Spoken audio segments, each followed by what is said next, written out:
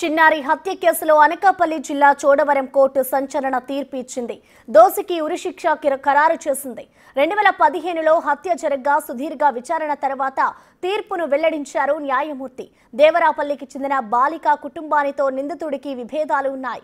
పాపకు మేనమామ అవుతాడు. స్కూల్ నుంచి వస్తుండగా చిన్నారిని బయటకు తీసుకెళ్లిన గుణశేఖర్ బీర్ బాటిల్తో గొంతు కోసి కిరాతకంగా చంపేశాడు. ఈ ఘటన అప్పట్లో సంచలనం రేపింది.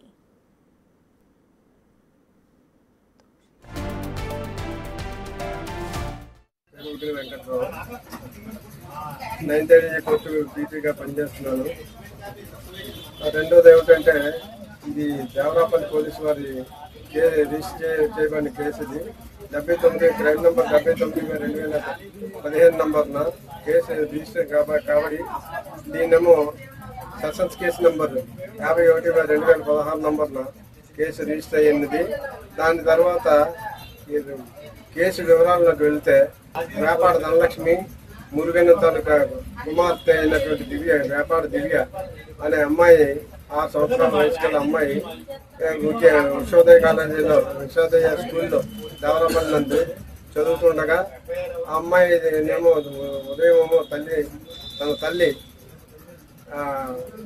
స్కూల్కి తీసుకెళ్ళి దిగబెట్టిన తర్వాత 4:30 గంటలకేమో తిరిగి వస్తుండగా ఆమె మేనమామ అయినటువంటి గుణశేఖర్ బండి మీద తీసుకుని వెళ్ళి గాలి కొనుక్కోమని డబ్బులు ఇచ్చి తర్వాత ఏమో గాలి కొన్న తర్వాత ఆమెను బిల్లర్మెట వైపు తీసుకుని వెళ్ళి మోటార్ సైకిల్ మీద బిల్లర్మెట వైపు తీసుకుని వెళ్ళి అక్కడ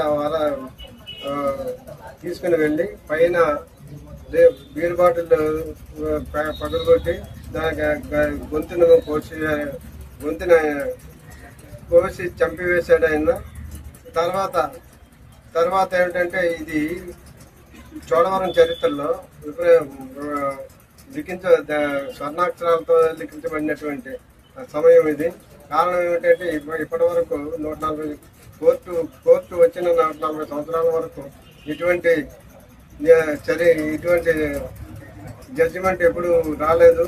ఇది జడ్జి గారు పూర్తి విచారణ గావించి ఈ కేసులో మరణ శిక్షను విధించారు.